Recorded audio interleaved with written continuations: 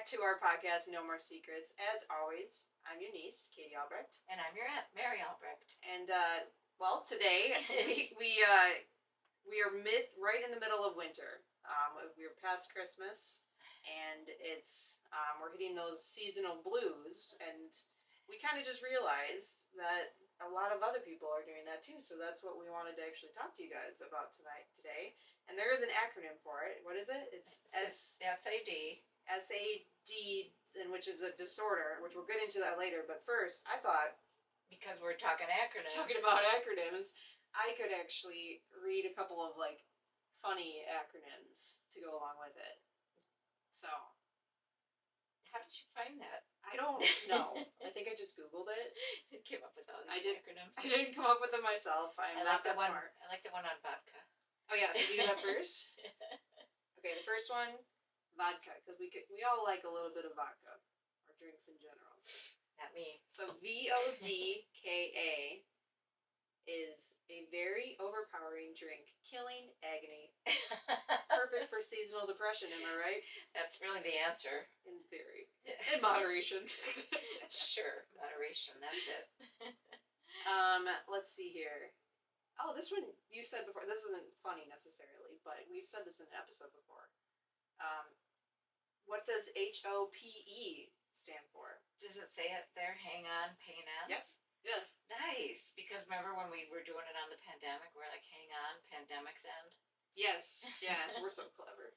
But I like the hope. That having hope means that you just hang on because the pain will end. I love that. Yeah, and that's not, like I said, that's not funny, but that is a good message. Yeah. How about finals? I like finals. I was just about to read that. So finals, FINALS. Do you remember what it was? Fuck, I never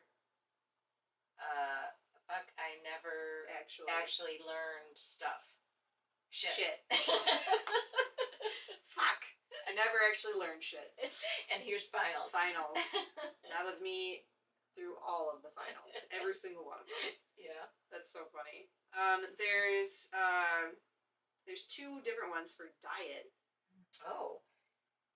The first one is, did I eat that? The second is, do I eat today? Oh, that's good. That's another good thing for this time of year, because everybody's trying to diet right now. Oh yeah, I mean the gyms are crazy right now. I feel like. Have you seen an uptick at the fitness loft? Yeah, classes? As small as we are, people are like, okay, I'm back, I'm ready. New Year's resolutions, yeah. Yeah, and it's funny that they already have a thing on the news that is reviving your resolution, because in some people it's already fading after a week. Yeah, I know, and that's why I tend to wait this week at the gym, and then I'll go back next week. You know? Yeah, it's just not my vibe to be around crowded people and stuff. Yeah, crowded people. Crowded people, yes, or just I guess that's kind of crowds of people. Crowds of people, yeah. You want to do a couple more? Yes. Let me do just so fear. FEAR. Any guess on what that could be? The first one is fighting. Oh, did I get it? No. Fighting everything and fighting everything above reality. I feel like that works.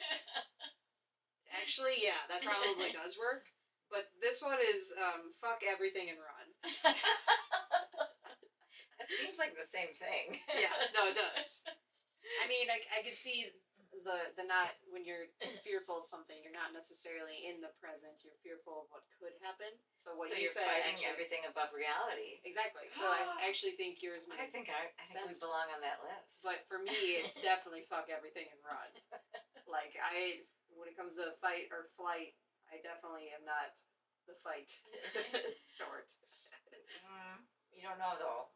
If you were true, when you're in a traumatic situation, you don't really know what's going to happen until it happens. Yeah, honestly. Exactly. I mean, yeah, I guess there is situations where I definitely have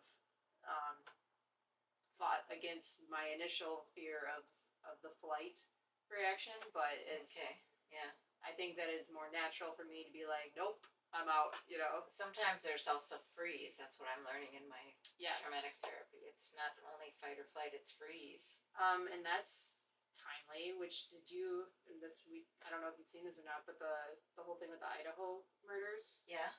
did you read the affidavit No. or like hear about it or anything? I'm not sure. Well, start talking and I'll let you know. So there's a lot that happened in it, and I'll be honest, I did not read the whole thing. I've just gotten like glimpses of it from other people, and I've read just like the first page. But we all know, if you've been paying attention to it, that there were survivors at that house. Yeah. There was 2 people, I think. There were 2, and one of them. So one of the survivors, after the murders happened, saw the guy in her house. Is that part of the affidavit? Because I'm like, what is that? Yeah, and they like didn't call the police for 8 hours? And that's a whole different thing, but it goes along with the freezing. Oh, the freeze. Okay, because she was completely shell-shocked. Like, she saw this person in a mess, like, running after hearing all this loud noise and everything, and, like, a stranger in your house, a man, and she froze, and I guess he ran right past her. My impression is that he didn't see her, because otherwise he would have probably, you'd think he would try to, not have any witnesses. I can't imagine that he saw her. He must have. I did see the layout of their house. Like, they showed it on I think on TikTok or something like that. And it does make sense to me, because she's situated right at the bottom of a staircase. So this is her room. There's a staircase right here. And on the other side is, like, a hallway. And then, like, the kitchen and the exit that he left through is this way. And so he came down the stairs and, like, was just turning a corner. Like, there's a possibility he probably didn't even look because he was trying not to get caught. And so she probably just thought, okay, it was 4 in the morning, 4:30 in the morning. Right. Like, maybe who knows, maybe she was drinking or something, and maybe just, like, I gotta, like, clear my head, and I don't know what's going on. And is it, like, everyone's natural reaction to think, like, oh, there's a stranger in my house, my roommates are murdered? Like, no. Actually, no, you'd probably think of maybe a burglar or something. Yeah, or you don't think that your roommates are harmed, or you don't, and there's also lots of other things that could have happened, like, what if it was a guy that her roommate had over? Even though he's wearing a mask, but... Right. Well, it was a surgical mask, I think. It only covered his nose, a COVID mask. Oh, it wasn't a... No. Over his face, okay. No, yeah, it was just, she just saw the eyes, I guess. Which that is normal these days for people to be wearing masks even now. Right. Right, yeah. So that's interesting.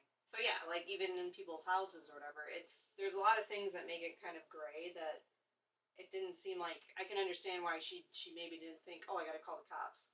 And probably just wanted to go to bed. And two, again, if she was drunk or high, you don't want to call the cops. Even if you're at home, they're not going to believe you. Right. And so I'm sure there was that too. But that was weird when I heard about that this morning. Whole thing I just weird. heard it this morning. We could probably do a whole episode on that, honestly. And that psyche too, and that mental state of him, because he was a criminologist and getting a PhD in criminology and all that, and just... I mean, like trying to find a perfect way to do it. From what it sounds like, he's like textbook psychopath. Yeah. Yeah. And which is obviously a big mental health issue and all that stuff. But I mean, I'd have to look into it more. It'd be interesting to have some experts on about that too, and have them weigh in, because it's like, this is so twisted that you can't even figure it out. It's on active rage. It was planned. He had been going there for months. It was like 12 times. They said in the few months prior to the murders, they had seen his car. He also went back later that morning at like 9 a.m. He did? Yeah, they tracked his phone records. This is in the affidavit also. Oh, wow. Yeah. It was like 9:12 in the morning. They think because he left his like knife sheath with his DNA on it. And he was, it's speculated that he was probably like, oh crap, I fucked up. Which he did. That's where they got the DNA from, was the knife sheath, I heard. Right. Yeah. Yeah. So I think, there's a lot to that. It's a very confusing, but also really good, like, detective work, because they were able to like piece all this stuff together. They've been tracking him for a while and everything. Like, it's pretty amazing, actually. Yeah. Yeah, that they were able to do all this stuff, but I feel like that's another episode for sure. It's not totally related to Well, we're talking about being sad in fight the or winter. flight and freeze, Yeah. fear, fuck everything and run. Fuck everything and run. Yep. But getting back to S.A.D, I think it's funny because at one point Katie and I were talking about, well, you and I, you're here. We're talking about doing episodes on NDEs and S.A.Ds, and at the time you didn't realize that S.A.D was the acronym for seasonal affective disorder. Oh yeah. She's like, why are you speaking to me in alphabets? Like, why are you spelling shit? Shit right now because I want to talk NDEs as if and I'm S.A.D. in the conversation already and understand. And you're like, I don't know what you're talking about. Oh, S.A.D, which I think is interesting that they call it a S.A.D. Yeah. Because you're sad with seasonal affective disorder. And I did a little bit of research on it, and I didn't realize that seasonal affective disorder is defined by any reoccurring depression or sadness at the same time every year. It doesn't have to be in winter, in the dark, after Christmas, like we are talking right now. Yeah. People actually have it in the spring and the summer. Maybe because they're manic depressive and the extra light is too much for them, or maybe because a certain time of year triggers a memory. Mm-hmm. So that season, like let's say the fall, is a season where maybe you lost somebody dear to you and you get very depressed. So I didn't realize I thought it just was always because of the dark and the lack of sunlight and that being dark earlier in the day. But it's not, according to Mayo Clinic. And they also said, and this is interesting, that it rarely is diagnosed or called attention to in anybody under 20. Yeah. And I thought, wow, and I started to think about it because I remember thinking a few months ago, like I never paid attention to the gray that we have in the Midwest or the clocks changing when I was in high school. I had too many other things to think about. And it didn't even occur to me to think about it. Yeah. And so is that why people under 20 don't talk about it? I mean, you yourself said it didn't start for you till your 20s, right? Late 20s. Probably around 26 or 27, so a few years ago, that I started to notice, oh yeah, it is kind of a bummer, like having shorter days and not being out in the sunshine as much. And I mean, for me, it makes sense because we were talking about this earlier, that it's like when you're younger, you have like a lot of stuff going on. You have school usually to worry about. And your focus is elsewhere. Your focus is elsewhere. You're focused on, like everything. You're trying to figure out who you are, what you want to be, who you want to be with. Yeah, like you're so not worried about the weather. You're not set. At that point. And I think it's once you start to have more of a regular routine of some sort, or like you start to piece together the life that you want to have, is when you start to notice the weather. And I wonder if how I would feel if I were in a warmer climate and it got dark. Is it the combination of the cold and the damp and the dark? Yeah. Or, because, like, let's say in Florida, for instance, it gets dark just as early. I mean, maybe a half hour later or whatever, but it's sunny during the day. Yeah. And it's warm at night even though it's dark. Yeah. So maybe it's the combination. I was going to read a couple. I'm getting shocked now by this thing. Yeah, it's electric. But they were talking about, you said at first you felt like you were having problems with seasonal affective disorder already in December. We had been experiencing a lot of gray days here in a row. It was no snow, to brighten it up. Yeah, I noticed that. I do think it was because it was like gray everywhere, and then I wasn't going outside because I just go to work and then I would come home and then, like to my car or whatever, but I would be at home with the not natural lights, like your lamps and your overhead lights and all that stuff. Right, yeah, it was just... And it's very different than natural sunshine. And then it was like getting ready for Christmas, and I mean, if we're going to talk about grief every, around a tough time of year, Christmas is a tough time of year for a lot of people, but for us, I mean, I grieve my father every single December, you know, Was and that's 7 definitely was years part of ago it. this past Christmas. In fact, it's coming up Friday is 8 years since Grandma died. Yeah. And so, yeah, it's a real dark time of year because Grandma was so sick at Christmas time Yeah. the year she died. And she went in the hospital on December 27th because you guys had your Christmas on the 26th. Mm-hmm. I was at the funeral for Terry's brother-in-law. It was a real dark time. And then she went in by ambulance on the 27th and never came home again. And then, yeah, she went to the nursing home. Yeah, first the hospital and then the nursing home, and then yeah, she and then back to the hospital to die.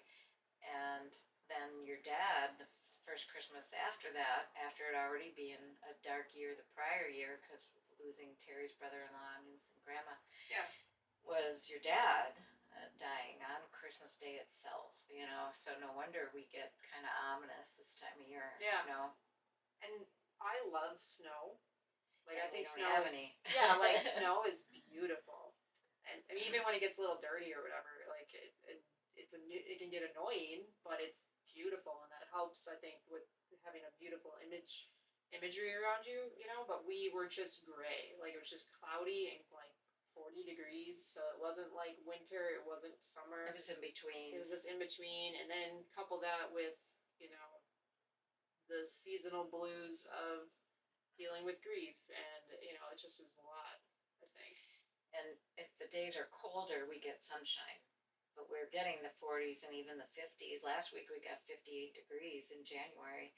And so everyone's like, oh, yay. But no, I'd rather have 30 and sunny. Mm-hmm. I need that sun, you know. Sun with a coolness to the air is like perfect. Exactly. That's why I love fall the most, honestly. Yeah. It's my favorite. I was going to read a little bit about this from Johns Hopkins because they're the ones that said that it occurs also more in women than men and in people over 20, which I think is really interesting. Checks both of those boxes. Yeah, we have both. But they say, oh, look at me. When this is from Johns Hopkins, it says, I have a cold, everybody. I'm sort of, kind of under the weather a little bit, so I sound a little funny. Less sunlight and shorter days are thought to be linked to a chemical change in the brain and maybe part of the cause of S.A.D. Fall onset is one type, but there's also spring onset, which is called the summer depression. This type is much less common. I would say that's true. Here are the most common symptoms, though, is increased sleep and daytime drowsiness. Do you find that? Are you getting more drowsy, like while you're at work and stuff, or? I was, yes, but I also wasn't exercising as much and eating more sugar because it's around the holidays. And they say that that happens too with the eating, and that makes the problem worse. Yeah, so it's a little bit of all of that. So yeah, I was tired, but I was just not. It wasn't as active or taking care of myself as well, you know. Social withdrawal, and that's actually something we can talk about on ways to improve it, because I think you can set up an armor of self-care leading up to the seasonal change. Mm-hmm. That can help. But anyway, social withdrawal, I don't feel like I've done that because there's so much going on at the holiday time. Yeah, you haven't, definitely. Yeah, well, and you. I don't think I did either. Yeah. I low energy level. Life. Period, like overall low energy level.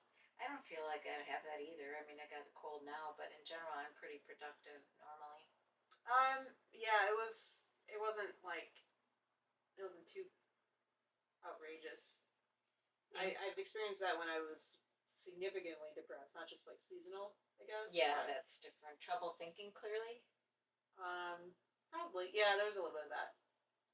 Increased appetite, especially for sweets and carbohydrates. Yeah, and then coupled with like having food just everywhere because it's the holidays. People keep giving you candy and cookies, and this is like an aside, but why do we have to do cookies and candy all at the same time every year?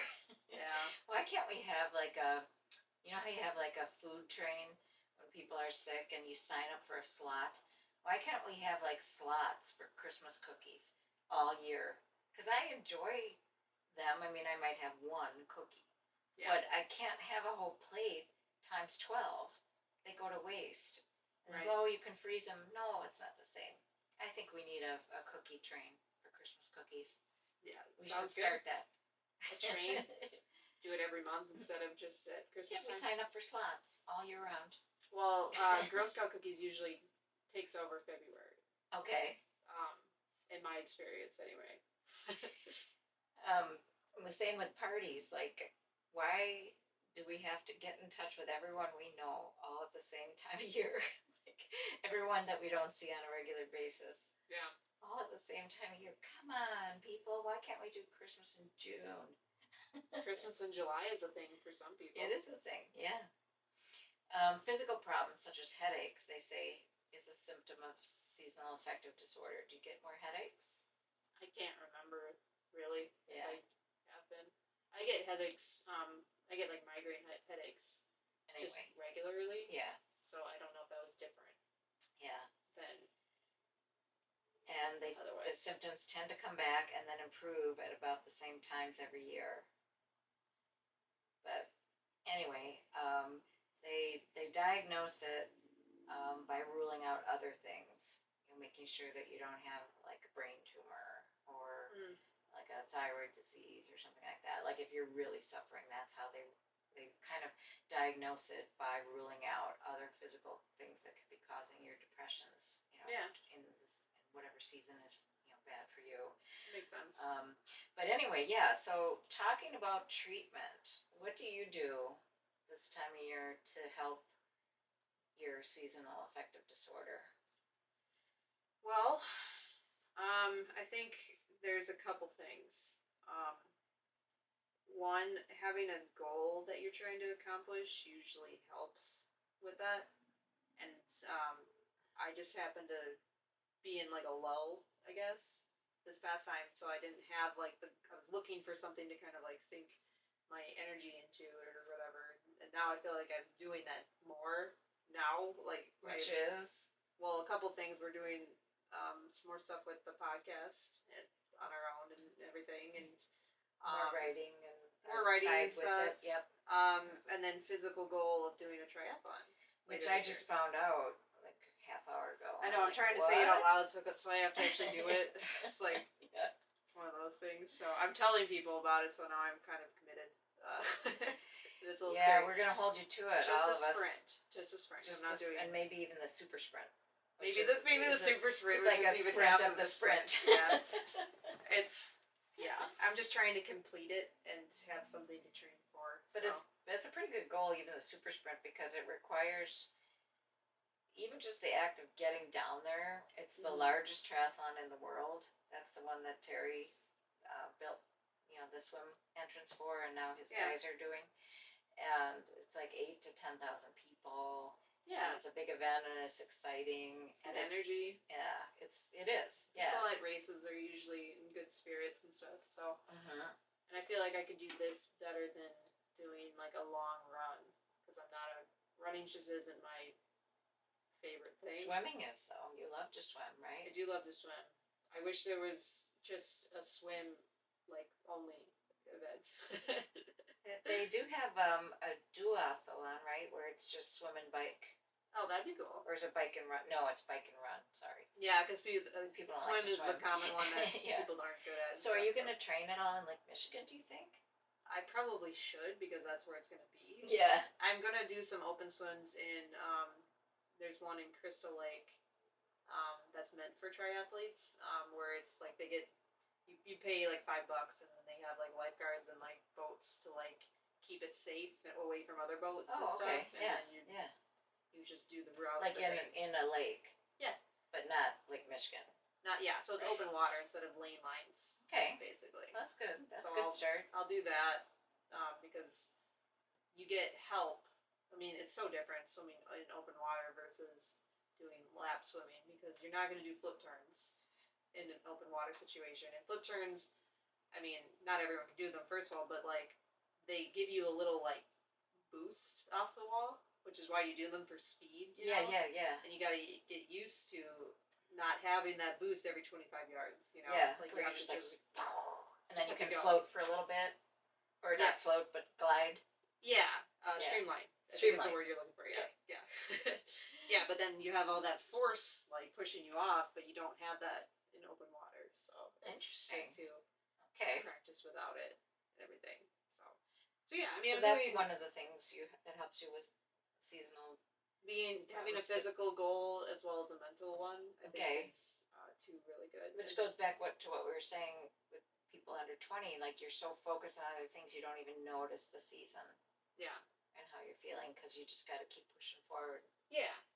And I think another really important one, like while you're in the season, especially if you are grieving and stuff, is just like when you're feeling the sadness kind of take over, it's good to just like take a night and just let yourself feel it. You know, I know that's like I like that though. No, it just don't be afraid of it. Don't run from it. Just like let like when you're by yourself or whatever, just let yourself get it all out, and then you feel better about it. Because I mean, my dad died on Christmas Day, like, and we still have to do family stuff, you know. And that's so weird. So like the only way that I can do it and not be thinking about it the entire day is to like take a night and let it all out and beforehand. So it's usually some time in December or whatever where I can like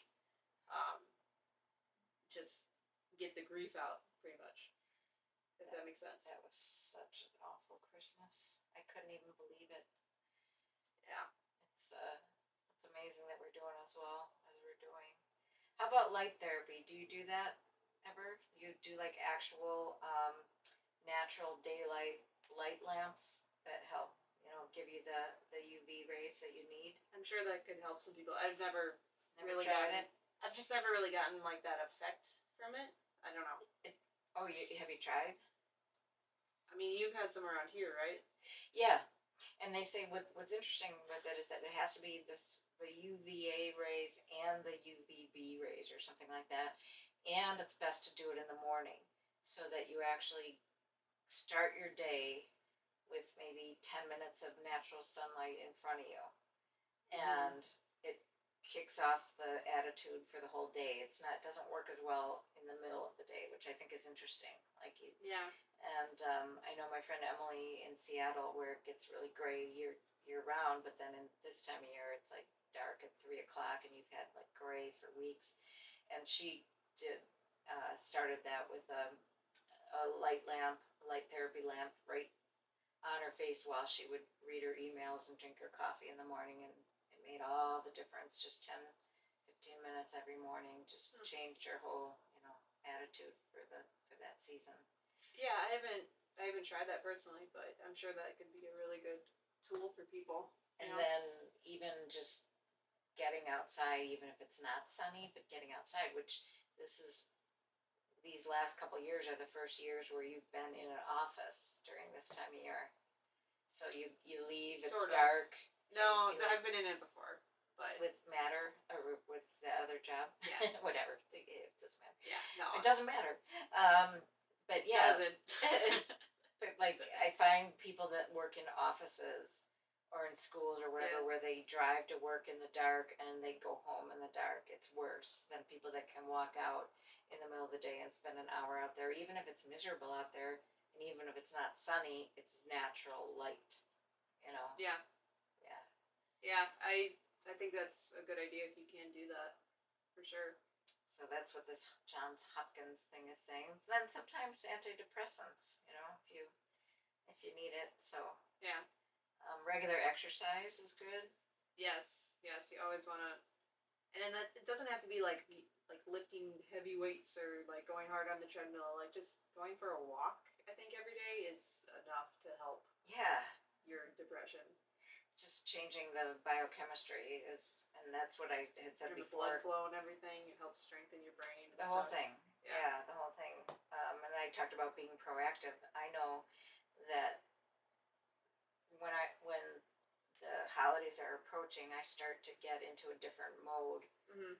and I become proactive with getting my defenses built up so that I have a bank of reserve so I don't fall down. And one of the big ones is that I start doing a project of some sort around 4:30 or 5 o'clock that's active. Like, okay, at 4:30 I'm gonna clean out that dresser, and then I just start doing it. And before I know it, it's 7 o'clock, and by then, okay, you can eat and go to bed. Sure. And I do it early, and it becomes a habit by the time the dark is really the worst. Yeah. And it really helps me a lot. And then I also learned to turn on lights. I used to never want to turn on lights because there was too much input. But now I'm realizing, no, this time of year, turn on the overhead lights. Light up your house. Even if it's not natural light, it's still light. Yeah. And that helps. I think that's a good idea. I also what you were saying about the making it into a habit, I think is huge. Like doing like one positive habit every day or something like that. I think is like a new like behavior. You mean, or what do you mean a new habit every day, or like working on the same one over? Well, I mean, you said you do a habit of something physical or whatever to like get yourself moving, and it's also stimulating mentally too. And it's just something that like helps you focus on whatever something different than whatever's going on in your mind or whatever, and it helps put together your house. It helps to put together your body. It helps put together, like it just helps like improve areas of your life if you're just doing little habits every single day. Yeah, just little, and even if you just tell your journal or something, journaling is good. It's a good habit to get into. And telling yourself, like a lot of times I'll say, okay, I'm just going to get up for 5 minutes and I'm going to start organizing something. And that 5 minutes usually leads into 10 to 15 to 20, because if you just, like you say, little habits, because if you try to make it this big, it's like, you get overwhelmed. I don't want to do it. Yeah. Yeah, so it's... This is interesting. It says on the John Hopkins website, it says, delay big decisions until the depression is lifted. Before deciding to make a significant transition, such as change jobs, get married, or divorce, discuss it with others who will know you well enough and will have a more objective view of your situation. Maybe it's not best to do it when you're in a seasonal depression. Maybe not. Duh. But you don't really think, sometimes you don't always think, oh, I'm in a seasonal depression, I can't make a big decision today. Like it's... But that's the problem with depression, right? Yeah.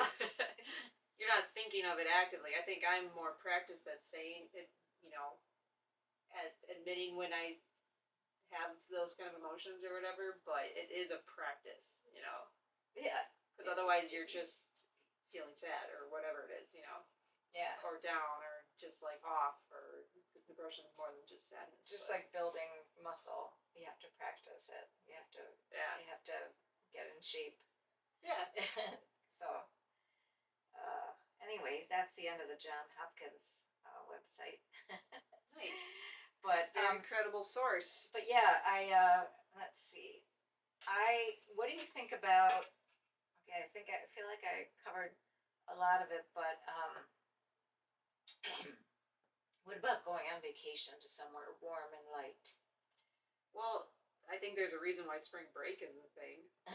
Around here, especially, in this kind of climate. Yeah. Oh my gosh, yeah. Like I think it doesn't surprise me, and I'm like thinking about it with, especially after the lull of Christmas and the holidays and everything, and then you have like the next holiday for a lot of places is like in May for Memorial Day. Mm-hmm. So then it's like, yeah, you should go somewhere for spring and like go to warmer climates and stuff. Do you think that helps, or could it make it worse because you go into something so great and then you have to come back to this? So then it starts to warm up. If you do it like later in the year, yeah. Yeah, I mean, we all know in the Midwest that it's not linear weather ever. So we start to get a little bit of warmth in March, but then it gets colder again, probably snows again. And then it gets warmer in April, starts to rain a little bit, downpours, cloudy days, and then does it again in May, and it's like second and third, fourth winter before we finally get to summer. but it just is what it is. You know, like we But know that it's coming. to go then to somewhere warm and hot in January, and then come back to 2 months more of cold and gray.